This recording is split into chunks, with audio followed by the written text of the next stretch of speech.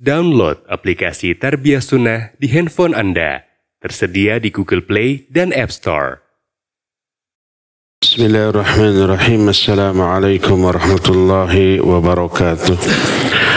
Alhamdulillah wassalatu wassalamu ala Rasulillah wa ala alihi wa ashabihi wa mawalahu ba'd. Kita akan lanjutkan pembahasan tentang para malaikat. Yang sedang kita bahas adalah beberapa sebutan bagi para malaikat ya, dan kita sedang membahas malaikat Jibril. Malaikat Jibril memiliki sebutan khusus. Pertama, Jibril. Makna Jibril adalah hamba Allah. Yang kedua, disebut juga ruh, sebagaimana sudah kita terangkan. Ketiga, disebut Ruhul Amin. Baru tiga. Sekarang kita masuki yang keempat. Sebutan lain untuk malaikat Jibril adalah Ruhul Qudus. Kudus artinya yang suci. Dan Allah Azza wa Jalla menyebut malaikat Jibril dengan Ruhul Qudus di beberapa ayat. Di antaranya Al-Baqarah 87 menyatakan wa atayna Isa ibn Maryam al-bayyinat wa ayyadnahu bi Ruhil Qudus. Kami berikan kepada Isa bin Maryam beberapa keterangan, beberapa ayat, dan kami kuatkan Maryam dengan Ruhul Qudus. Yang dimaksud Ruhul Qudus adalah malaikat Jibril. Juga dalam surah An-Nahl 102 Allah menyatakan qul nazzalahu Ruhul Qudus min rabbika bil haqq liyuthabbital ladzina amanu wa huda wa busyral muslimin. Katakan olehmu, hai Muhammad, telah turun Ruhul Qudus dari Rabbmu dengan sebenarnya. Untuk apa Ruhul Qudus ini turun? Untuk memantapkan orang-orang yang beriman dan sebagai hudan atau petunjuk serta kabar gembira bagi orang-orang muslim. Jadi kata Allah, nazzalahu Ruhul Qudus, Al-Quran diturunkan melalui Ruhul Qudus min rabbika, dari Allah, bil haqqi, dengan sebenarnya. Untuk apa Quran ini diturunkan? Untuk memantapkan hati orang-orang beriman, juga sebagai petunjuk dan kabar gembira bagi kaum muslimin. Ruhul Qudus yang dimaksud adalah malaikat Jibril. Selain ayat, hadis-hadis juga banyak. Di antaranya dari Ummu Salamah radhiyallahu Abi Salamah bin Abdurrahman bin Auf. Abdurrahman bin Auf punya anak namanya Abu Salamah, atau dikenal dengan sebutan Abu Salamah. Dia mendengar Hasan bin Thabit al-Ansari meminta persaksian dari Abu Hurairah radhiyallahu anhu. Kata Hasan bin Thabit, ansyadakallahu hal sami'tan nabiyya alaihi salatu wassalam yaqul ya Hasan ajib an Rasulillah Allahumma ayyidhu bi Ruhil Qudus. Qala Abu Hurairah na'am. Kata Hasan, wahai Abu Hurairah, aku bersumpah kepada Allah, apakah engkau mendengar Rasul sallallahu alaihi wasallam berkata kepadaku dulu, hai Hasan, penuhi seruan Rasul sallallahu alaihi wasallam, lalu berdoa, ya Allah kuatkan Hasan ini dengan Ruhul Qudus. Maka dijawab oleh Abu Hurairah, ya aku pernah mendengar. Ruhul Qudus yang dimaksud di sini adalah malaikat Jibril. Hadis tersebut riwayat Imam Bukhari dan Imam Muslim dengan sanad yang sahih. Dari Abu Umamah radhiyallahu an, Rasul alaihi salatu wasallam bersabda, inna ruhal qudus nafatha fi rawi anna nafsan lan tamuta hatta tastakmila ajaluha wa tasta'iba rizquha fattaqullah wa ajmilu fi talab la yahmilanna ahadukum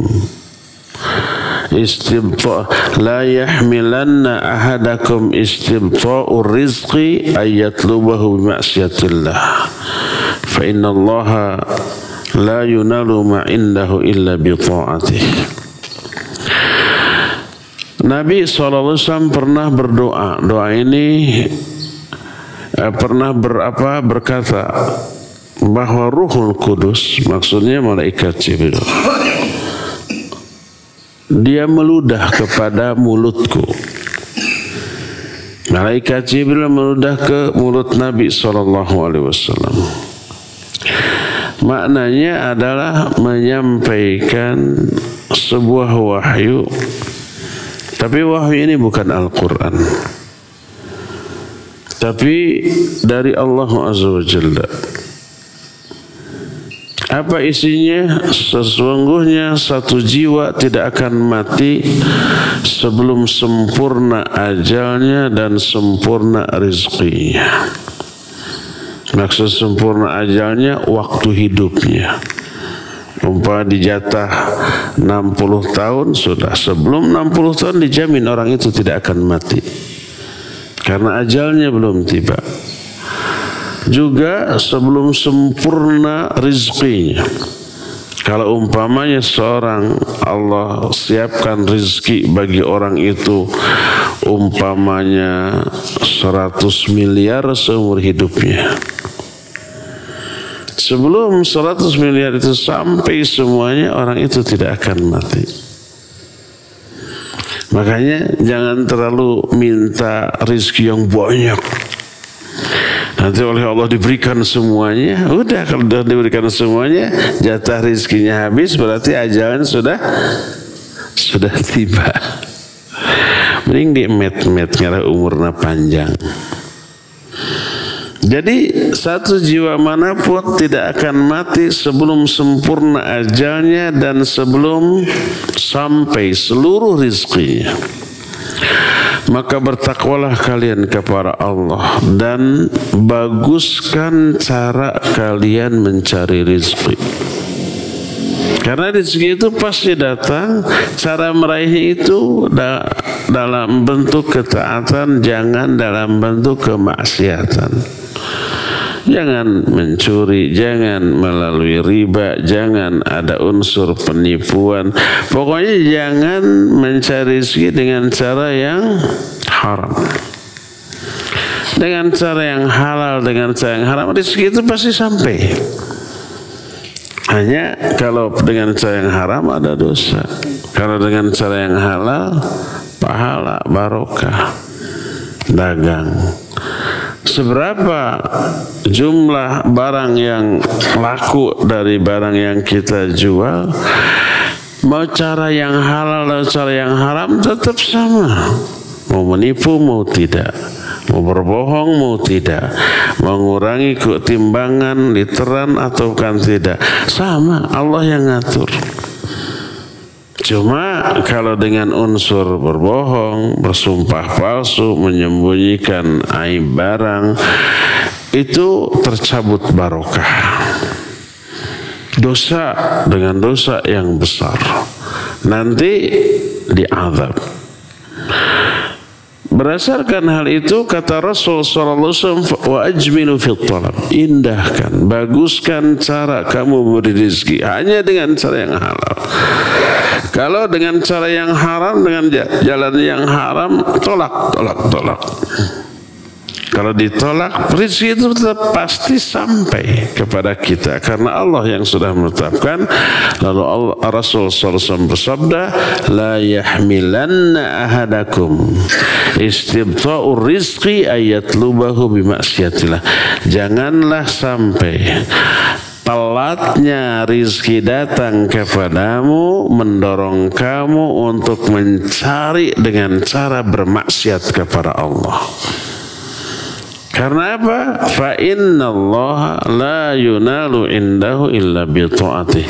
Karena apa yang ada di sisi Allah tidak bisa didapati kecuali dengan mentaati Allah Subhanahu wa taala. Jangan sampai menerapkan prinsip jangankan yang halal, yang haram juga susah, nipu gehese. Enggak. Jadi bukan halal haramnya rizki itu diperoleh, tapi bagaimana cara untuk memperolehnya, itu yang harus kita pikirkan. Sebab rizki itu pasti datang. Nah, ini isi hadis yang Nabi terima dari Jibril. Jibril berbisik kepada hatiku. Apa isi bisikannya? Bahwa jiwa manapun, siapapun gak akan mati terlebih dahulu sebelum ajalnya tiba dan sebelum seluruh rizkinya disempurnakan. Makanya kalau umpamanya ada orang yang super nyebelin, dalam arti dia itu mencela sunnah, mencela sebagian dari ajaran Islam yang kita amalkan. Saking gemesnya kita, lalu berdoa, ya Allah segera sempurnakan rizkinya. Apa maknanya? Segera wafatkan dia.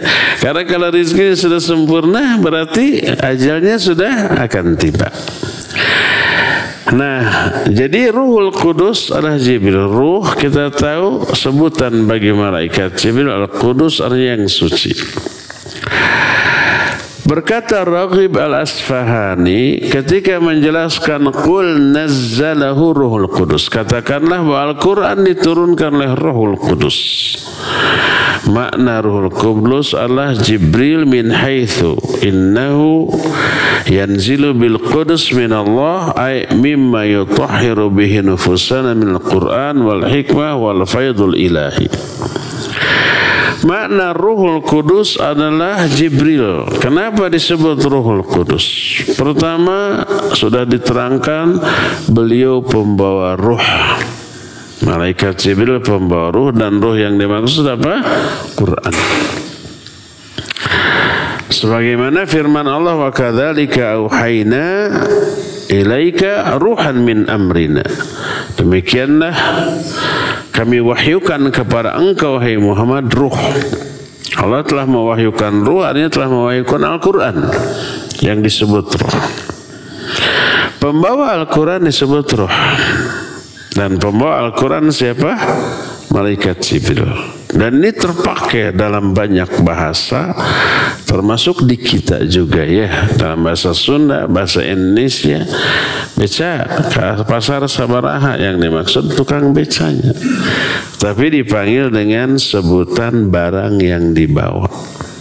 Pos, Pak Pos, bisa titip surat. Padahal namanya bukan Pak Pos, hanya karena dia membawa pos surat. Bilik, liren heula, projol teh apa? Orangnya.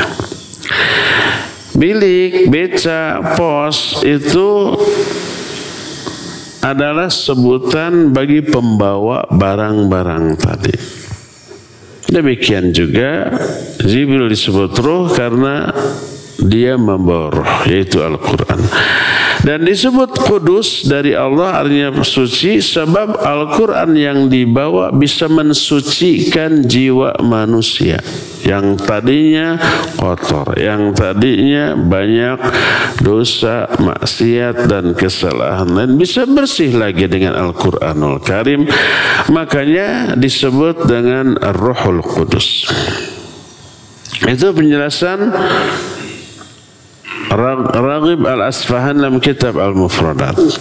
Berkata Imam Ibn Qayyim rahimahullah, Sammallahu subhanahu ma anzalahu ala rasulihi ruhan litawaqqufil hayatil haqiqiyati alaih wa nuran litawaqqufil hidayah alaih.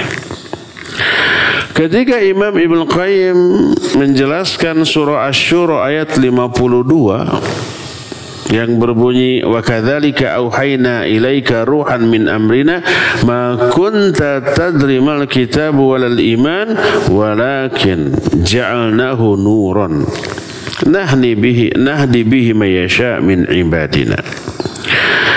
Kata Allah, demikianlah kami wahyukan kepada engkau hai Muhammad ruh dari perintah kami. Sebelum turunnya ruh di sini apa? Al-Quran. Engkau tidak tahu apa itu kitab, apa itu iman. Akan tapi kami jadikan ruh ini sebagai cahaya. Quran ini sebagai cahaya. Kami memberi petunjuk dengan Quran ini kepada hamba-hamba yang kami kehendaki. Quran di dalam hal ini disebut dengan dua sebutan, yaitu ruh dan cahaya. Kata Imam Ibn Qayyim, Allah menyebut Al-Quran yang diturunkan kepada Rasulnya dengan sebutan ruh untuk menghidupkan jiwa manusia, untuk memberikan kehidupan yang hakiki. Kehidupan yang hakiki adalah hidupnya ruh kita. Sebab kalau ruh mati, tinggal jasadnya yang masih hidup, maka perilakunya tidak lagi seperti manusia. Lihat perilaku orang-orang kafir, orang-orang musyrik sebelum datangnya Islam, data siga jelema. Persis bahkan lebih jahat daripada binatang yang berlaku hukum rimba.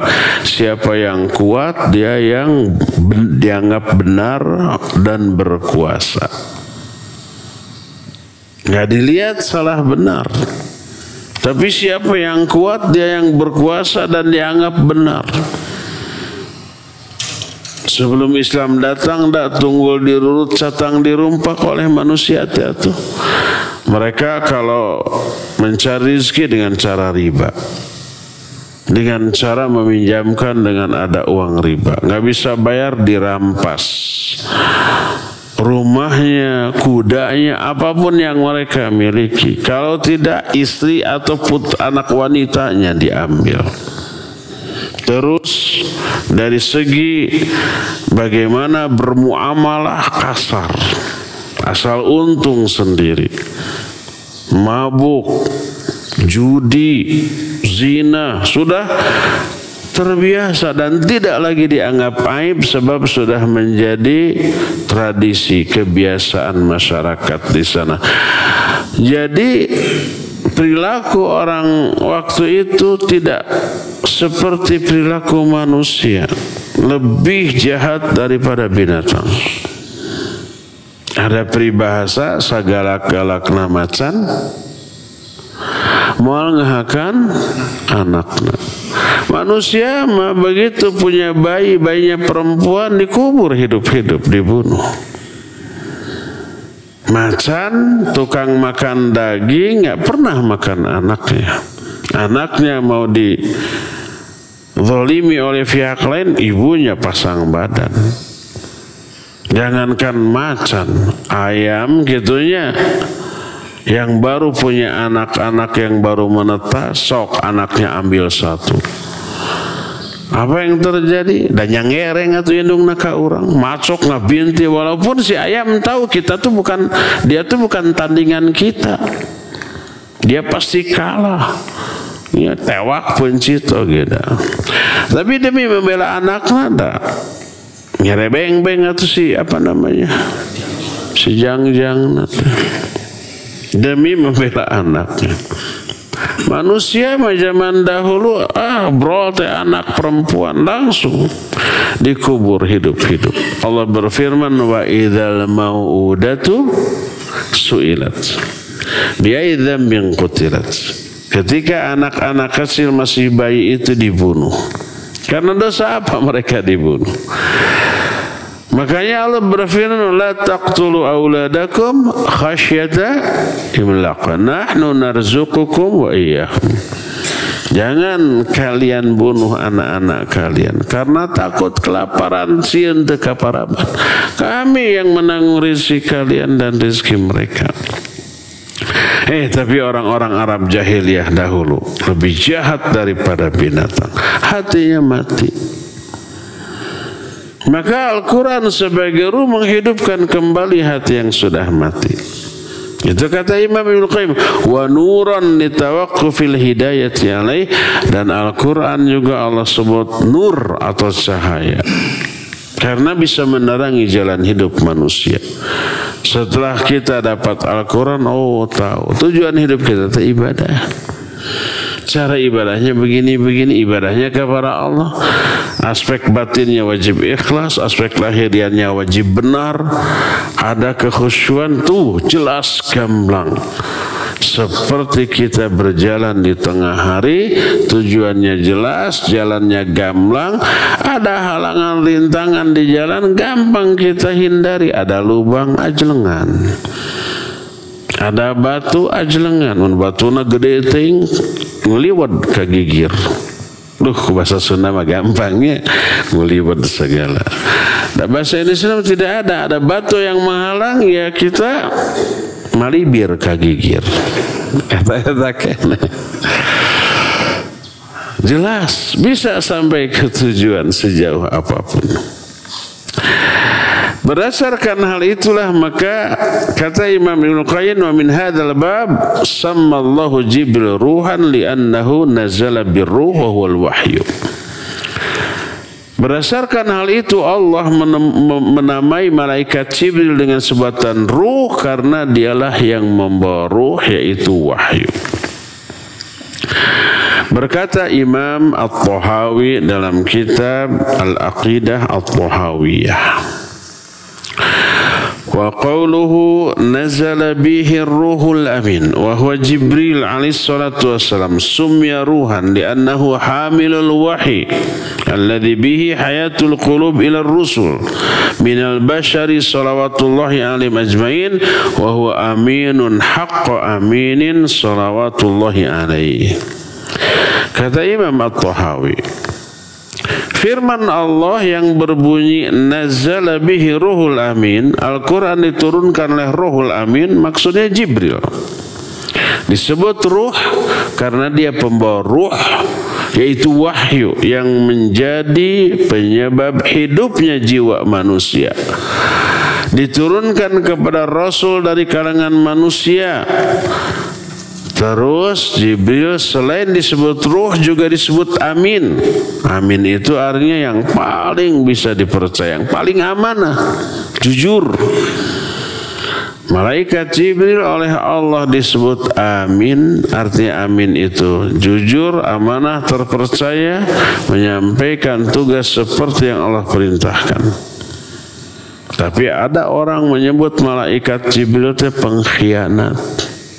Siapa? Si Syiah ahlakahumullah. Kata Syiah, malaikat Jibril itu harusnya memberi wahyu itu kepada Ali, bukan kepada Muhammad SAW. Diberikannya kepada Ali itu. Jadi khianat. Maka orang Syiah paling benci kepada Jibril alaihissalatu wassalam. Oleh Allah malaikat Jibril disebut ar-ruhul amin, oleh si Syiah disebut pengkhianat, ar-ruhul khain. Siapa yang penilaiannya benar? Tentu saja Allah lah. Gak masuk akal karena ketika wahyu turun Ali bin Abi Thalib masih kecil. Masa masih kecil sudah diberi wahyu? Belum balik. Terus kalau toh salah, masa Allah diam ajanya. Berhenti disintrek. Mana senang aku bikin kadina kalah kadi itu kan gitu. Tapi Allah malah memuji, menyanjung malaikat Jibril dengan sebutan Ar-Ruhul Amin. Dan kadang malaikat Jibril oleh Allah Azza wa Jalla diterangkan beberapa kondisi dan karakter, disebut syadidul quwa, sangat kuat, sangat dahsyat, lebih dari sekedar sakti mandraguna. Allah berfirman, allamahu syadidul quwa dzu mirratin fastawa wa huwa bil ufuqil a'la. Al-Quran dibawa oleh malaikat Jibril yang sangat dahsyat kekuatannya. Syadidul quwa dzu mirratin fastawa, memiliki mirrah. Apa itu mirrah? Kata Imam Ibnu Katsir, dzu mirrah yakni dzu quwwah. Dzu mirrah, memiliki mirrah, artinya memiliki kekuatan yang super dahsyat. Bukan hanya kuat biasa, sangat-sangat kuat. Ini juga dikatakan oleh Mujahid, Hasan, Ibnu Zaid dan yang lain-lainnya.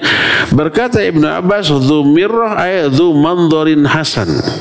Maksud memiliki mirrah adalah memiliki terlihat sangat-sangat indah dan bagus. Malaikat Jibril keseluruhan bentuknya sangat indah untuk dipandang, untuk dilihat.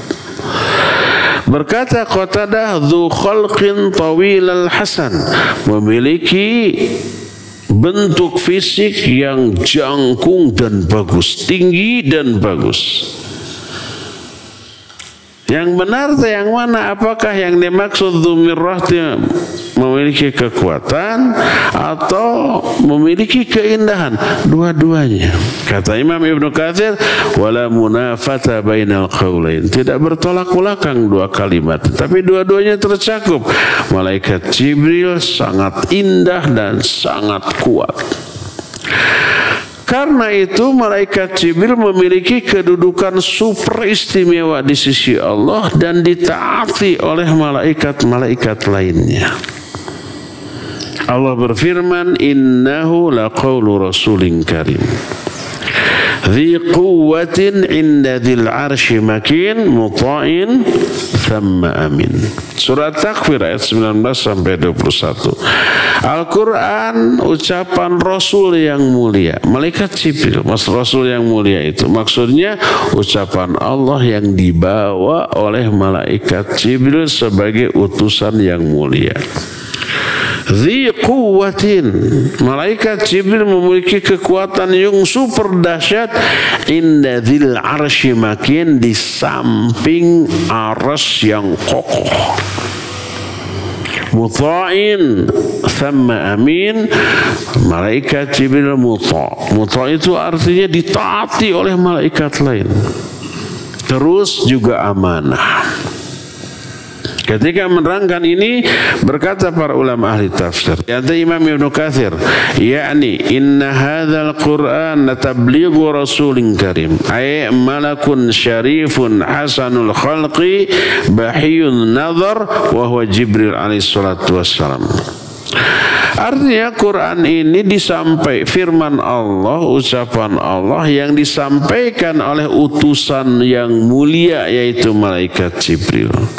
Malaikat yang mulia, yang bagus bentuk tubuh atau fisiknya, yang enak dan sedap untuk dipandang, dan dia adalah Jibril alaihissalatu wassalam. Ini pendapat dikemukakan oleh Ibnu Abbas, Maimun bin Mahran, Hasan, Qatadah, Rabi bin Anas, Ad-Dhahak dan yang lain-lain.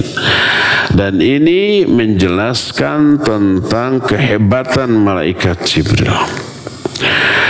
Salah satu di antara ayat yang menerangkan mulianya malaikat Jibril, Allah berfirman, inda dzil arsy makin.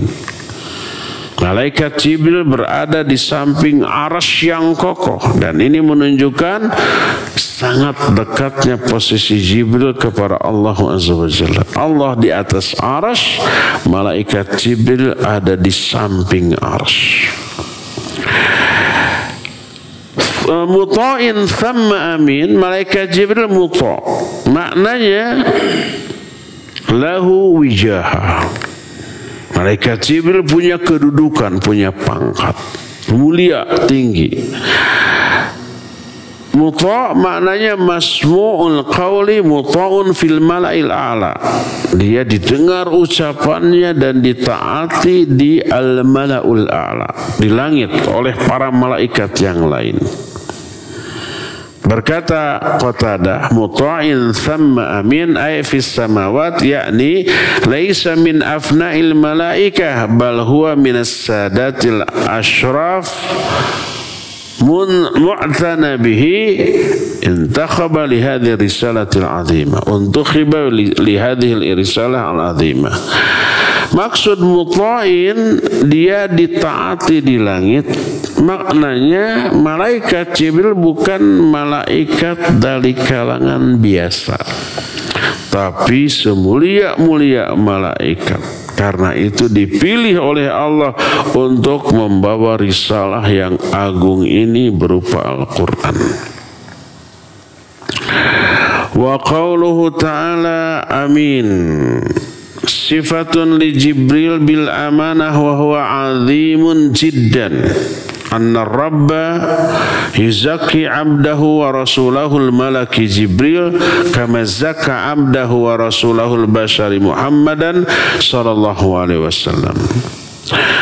Malaikat Jibril disebut amin. Amin itu amanah, sangat terpercaya, dan ini sifat malaikat Jibril. Malaikat Jibril agung banget di sisi Allah.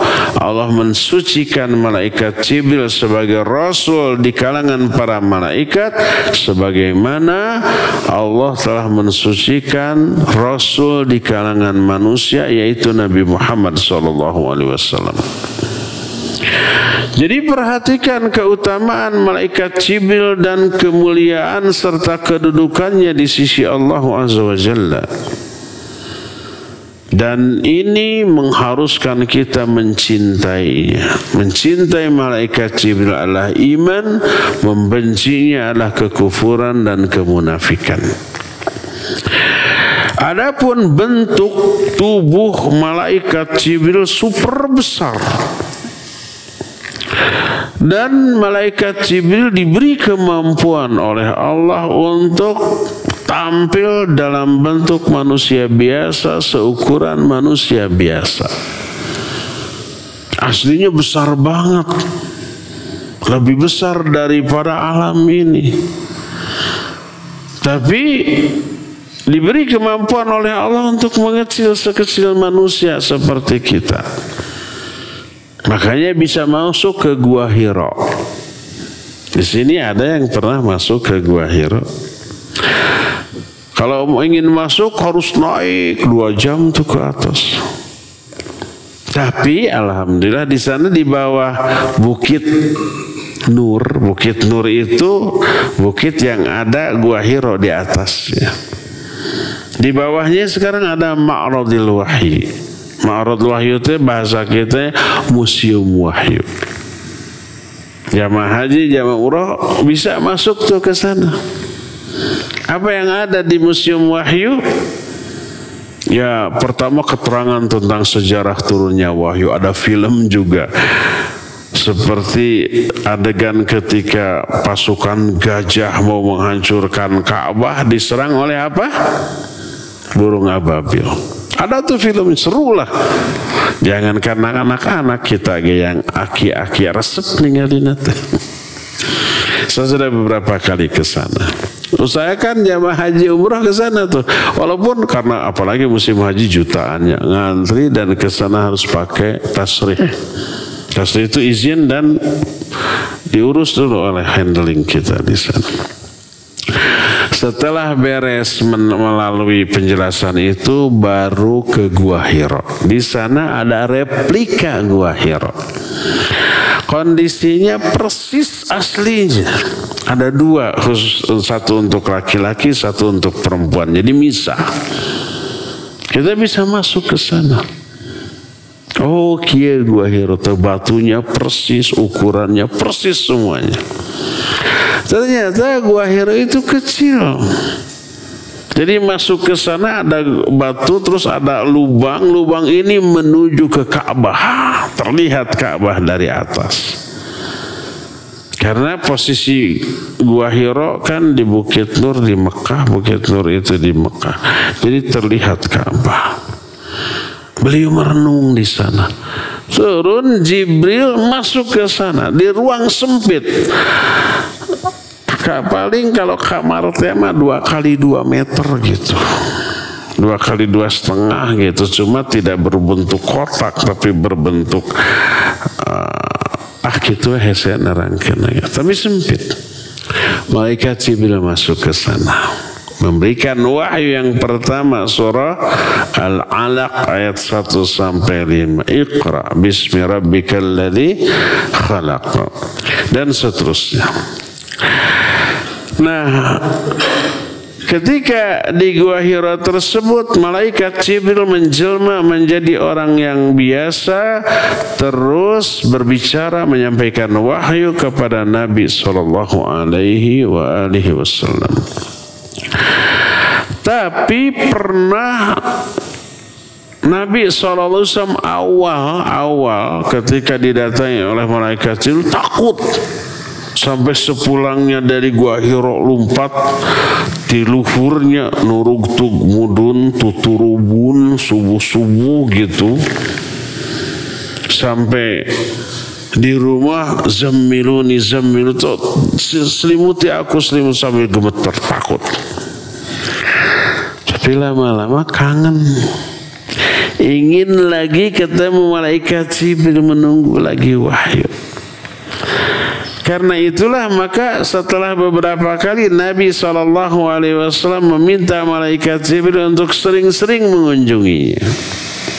Tapi malaikat Jibril bilang, bukan keinginan saya, ada instruksi dari Allah, ya datang, kalau enggak ya enggak.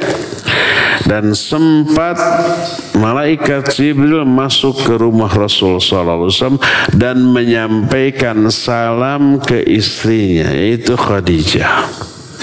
Sebagaimana diterangkan dalam sebuah hadis yang diterima dari Abu Hurairah radhiyallahu an, diriwayatkan oleh Imam Bukhari.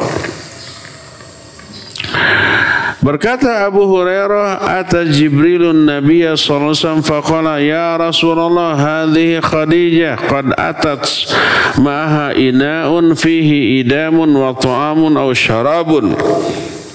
فإذا هي أتتك فاقرأ عليها السلام من ربها ومني وبشرها ببيت في الجنة من قصب لا صخب فيه ولا نصب.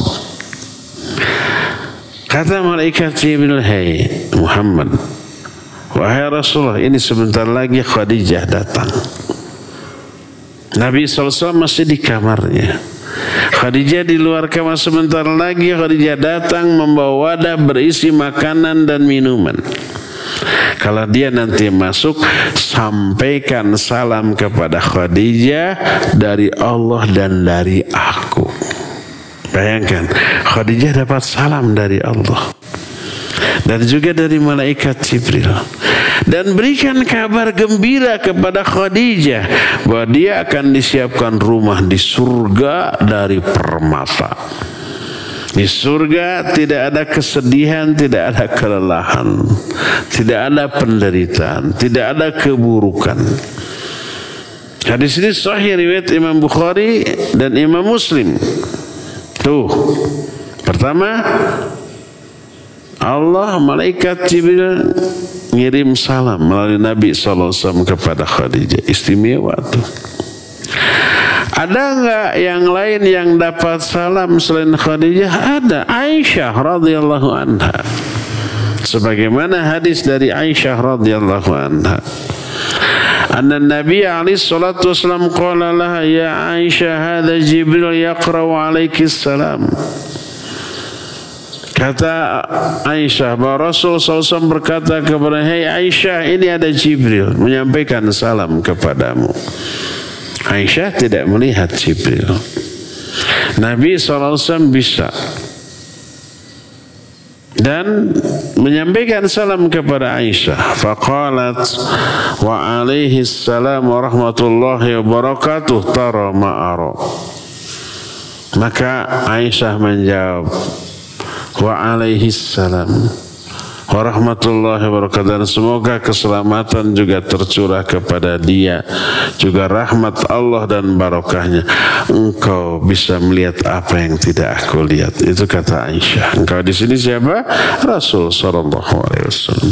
Jadi kalau kita ada yang nitip salam, nih jawabnya nih alaihi salam wa rahmatullahi wa barakatuh. Ayat salam itu dari si anu alaihi salam. Kalau dia laki-laki, kalau perempuan alaihi salam warahmatullahi wabarakatuh. Dan ini menjelaskan tentang keutamaan malaikat Jibril. Malaikat Jibril juga ikut perang bersama Rasul SAW di beberapa peperangan. Juga mendampingi Nabi SAW ketika Isra dan Mi'raj, mengimami Nabi SAW salat, juga memeriksa, mengetes hafalan Nabi SAW tentang Quran setiap Ramadan. Dan ketika Ramadan terakhir Nabi SAW semalam sampai 2 kali dicek Nabi SAW. Juga malaikat Jibril yang meruqyah Nabi SAW ketika beliau kena sihir. Hadis bahwa Nabi SAW kena sihir sahih riwayat Imam Bukhari dan Muslim. Di antaranya sebuah hadis yang diriwayatkan oleh Imam Muslim dalam kitab sahihnya dari Abu Sa'id Al-Khudri, anna Jibril atan Nabiya sallallahu alaihi wasallam faqala ya Muhammad istakait? Qala na'am. Qala bismillahi arqika min kulli syai'in yu'dhik min kulli wa min syarri kulli dhi nafsin aw 'ainin hasidin Allahu yasfika bismillahi arqika. Ini doa ketika kita mau meruqyah orang lain yang sakit atau termasuk yang kena sihir. Ini doa malaikat Jibril ketika meruqyah Nabi SAW. Kata Abu Sa'id, Jibril datang kepada Nabi SAW lalu berkata, hai Muhammad, kamu ada keluhan? Jawab, ya, sakit, kena sihir. Lalu malaikat Jibril meruqyah, bismillahi arqika, dengan nama Allah aku meruqyahmu, min kulli syai'in yu'dhik, dari segala sesuatu yang mengganggumu, menyakitimu, wa min syarri kulli dhin nafsin, dari kejahatan setiap makhluk yang berjiwa, au ainin hasidin, atau pandangan yang hasad.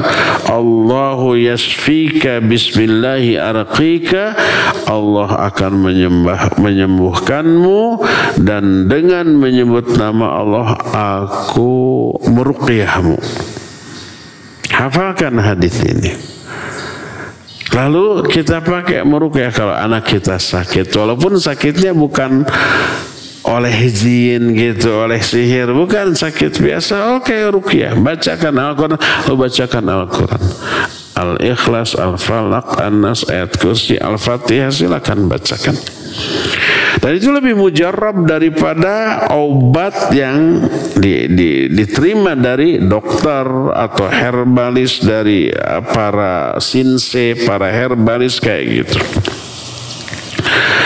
Nah, Nabi SAW pernah melihat malaikat Jibril dalam bentuk asli 2 kali. Sebagaimana Allah berfirman, walaqad ra'ahu bil ufuqil mubin. Surat Takwir ayat 23. Nabi SAW telah melihat Jibril dalam bentuk yang asli di ufuk. Berkata Nabi SAW, innama huwa Jibril lam ara ala suratihi allati khalaqahu Allahu 'alaiha illa hatain marratain. Ra'aituhu munhabitan minas sama sadan 'idhamu khalqihi ma bainas sama'i wal ard. Coba bayangkan. Aisyah pernah bertanya kepada Nabi tentang surah At-Takwir 23, walaqad ra'ahu bil ufuqil mubin. Sungguh Nabi telah melihatnya di ufuk. Kata Aisyah, apa yang kau lihat? Kata Nabi SAW, itu Jibril. Saya tidak pernah melihat Jibril dalam bentuk yang asli kecuali 2 kali. Aku melihat dia turun dari langit. Besarnya ukuran tubuhnya, tubuhnya menutupi langit dan bumi. Saking besarnya ini malaikat Jibril. Itu yang pertama. Yang kedua, ketika Mi'raj disebutkan di dalam Al-Quran surah An-Najm, walaqad ra'ahu nazlatan ukhra inda sidratil muntaha. Nabi melihat malaikat Jibril dalam bentuk yang asli di kali yang lain, yaitu di Sidratul Muntaha. Sidratul Muntaha lebih besar daripada langit dan bumi. Ketika turun ke langit dan bumi, itu seluruh alam jagat raya langit dan bumi tertutup oleh tubuh malaikat Jibril. Saking besarnya. Dan ketika di Sidratul Muntaha, Nabi juga melihat malaikat Jibril dalam bentuk yang asli untuk kedua kali. Maka berkata Rasul sallallahu alaihi wasallam dari Abdullah bin Mas'ud ketika menjelaskan fakana qaba qausaini au adana, jarak antara Nabi dengan malaikat Jibril seukuran dua busur atau lebih dekat lagi dari itu. Busur panah, busur kan besar ya, katakanlah sedepak, kira-kira 2 depak atau kurang, jaraknya segitu. Apa yang dimaksud dengan ayat ini? Kata Abdullah bin Mas'ud, annahu Muhammad sallallahu alaihi wasallam ra'a Jibril lahu 600 janah. Nabi SAW melihat Jibril dalam bentuk asli, dan Jibril memiliki 600 sayap. Disebutkan ra'a Rasul SAW Jibril fi suratihi walau 600 janah kullu janahin minha qad saddal ufuq yasqutu min janahi at-tahawil minad dur wal yaqut mallahu bihi alim. Kata Nabi, kata Abdullah bin Mas'ud, Rasul SAW melihat Jibril dalam bentuk asli. Dia punya 600 sayap. Setiap sayapnya menutupi ufuk. 1 sayap. Ini ada 600. Jatuhlah dari sayap. Ketika sayapnya dibentangkan, berhamburan tahawil. Apa itu tahawil? Tahawil diterangkan di dalam kamus yang disusun oleh Ibnul Athir. Tahawil alwanul mukhtalifah, warna-warni yang beragam. Jadi begitu dibentangkan muncul warna-warni yang indah, yang lebih indah daripada mutiara dan yakut yang hanya Allah yang tahu. Itu malaikat Jibril. Kedahsyatan malaikat Jibril secara fisik dan sifatnya yang sangat mulia serta kedudukannya yang sangat agung di sisi Allah Subhanahu wa taala. Inilah penjelasan tentang malaikat Jibril ya. Cukup dulu ya sampai di sini, dan kita masih punya sedikit waktu untuk bertanya jawab. Wassallallahu ala nabiyina Muhammadin wa ala alihi wasallam. Bismillahirrahmanirrahim. Assalamualaikum warahmatullahi wabarakatuh. Waalaikumsalam warahmatullahi wabarakatuh. Barakallahu fikum. Saya izin bertanya mengenai ketika kita mendengar tentang malaikat, baik malaikat Jibril, Mikail atau yang lainnya, apakah ada perintahnya kita untuk membacakan alaihissalam atau mengucapkan alaihissalam ketika disebut namanya? Syukran. Assalamualaikum warahmatullahi wabarakatuh. Ya afan. Waalaikumsalam warahmatullahi wabarakatuh. Apakah hukum menyampaikan salam kepada malaikat Jibril, kepada nabi-nabi yang lain, atau mendoakan keridhaan Allah kepada para sahabat dengan mengatakan radhiyallahu an, atau tarahum kepada para ulama yang sudah wafat, atau mendoakan penjagaan Allah bagi orang yang masih hidup? Doa secara umum ya dianjurkan kepada orang-orang yang layak didoakan atau kepada makhluk selain manusia seperti para malaikat. Makanya setiap kita umpama menyebut malaikat Jibril, Mikail atau malaikat lainnya, kita doakan alaihi salatu wassalam. Termasuk para nabi yang lain, Ibrahim, Musa alaihi wassalatu wassalam umpamanya, para sahabat radhiyallahu an, para ulama rahimahullah, atau ulama yang masih hidup dengan hafizahullah, dianjurkan walaupun tidak sampai pada level wajib.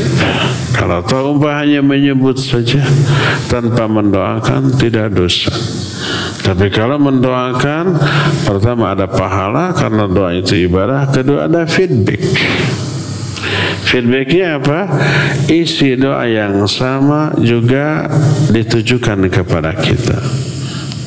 Setiap kali orang berdoa untuk orang lain, Allah utus malaikat mengaminkan isi doanya dan mendoakan isi doa yang sama untuk kita. Kalau umpamanya kita mendoakan saudara kita, ya Allah beri rizki, kata malaikat amin walaka bimithli, amin dan bagimu seperti isi doamu, semoga kamu juga diberi rizki itu. Doa kita untuk orang lain belum tentu dikabul, tapi doa malaikat untuk kita insya Allah dikabul. Demikian pula apabila kita mendoakan alaihi salatu wassalam kepada para nabi atau para malaikat, malaikat mendoakan dan bagimu salat dan salam. Ketika kita mengatakan, berkata Abdullah bin Mas'ud radhiyallahu anhu, makna radhiyallahu anhu semoga Allah meridhoinya, malaikat mengaminkan dan semoga Allah pun meridhoimu. Begitu terus, ada feedback. Hukumnya sunnah, tidak wajib, kecuali bersolawat dan salam kepada Nabi Muhammad SAW ini wajib. Ketika kita mengucapkan atau mendengar, ya salawat, berkata Rasulullah SAW, kita sebagai umat Nabi Muhammad SAW, kita berharap kita bisa memperoleh syafaat beliau sallallahu alaihi wasallam. Begitu terus, baik mendengar orang bicara atau kita yang mengucapkannya, itu wajib. Karena pertama perintah dari Allah, innallaha wa malaikatahu yusholluna 'alan nabi ya ayyuhalladzina amanu shallu 'alaihi wasallimu taslima. Jadi perintah. Kedua ada doa. Siapa yang mendengar nama Nabi SAW disebut tapi tidak bersalawat, celaka dia. Suatu saat Nabi SAW naik ke atas mimbar, tiba-tiba amin 3 kali. Para sahabat bertanya, apa yang kau aminkan? Kata Rasul SAW, barusan datang Jibril kepadaku lalu berkata, ya Muhammad, raghima anfumriin idza dzukirta indahu wa lam yusalli alaihi faqul amin ya Muhammad, faqultu amin. Kata malaikat Jibril, hai Muhammad, celaka seseorang apabila dia mendengar namamu disebut di hadapannya, dia tidak bersalawat kepadamu. Sing cilaka. Ucapkan amin olehmu hai Muhammad, aku pun ucapkan amin. Ini amin pertama yang Nabi SAW katakan mengaminkan doa malaikat Jibril. Isi doanya apa?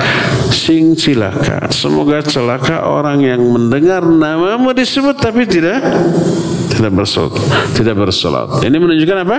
Wajib.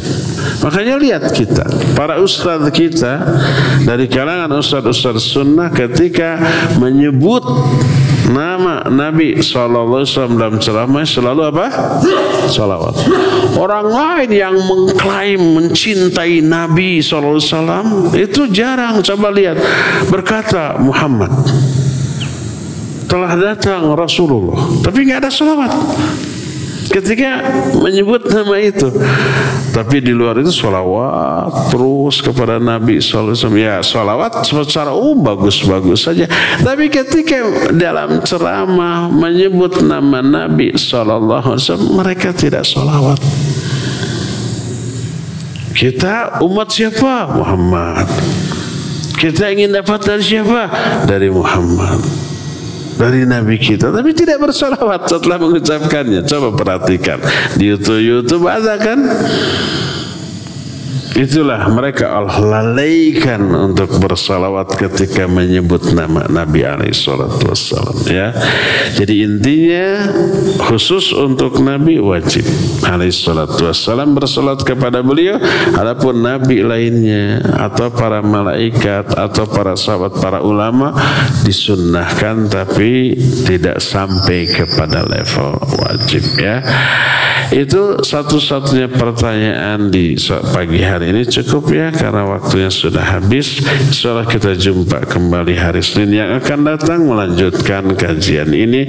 Subhanakallahum bihamdik asyhadu an la ilaha illa anta astaghfiruka wa atubu ilaik walhamdulillahirabbil alamin. Wassalamualaikum warahmatullahi wabarakatuh.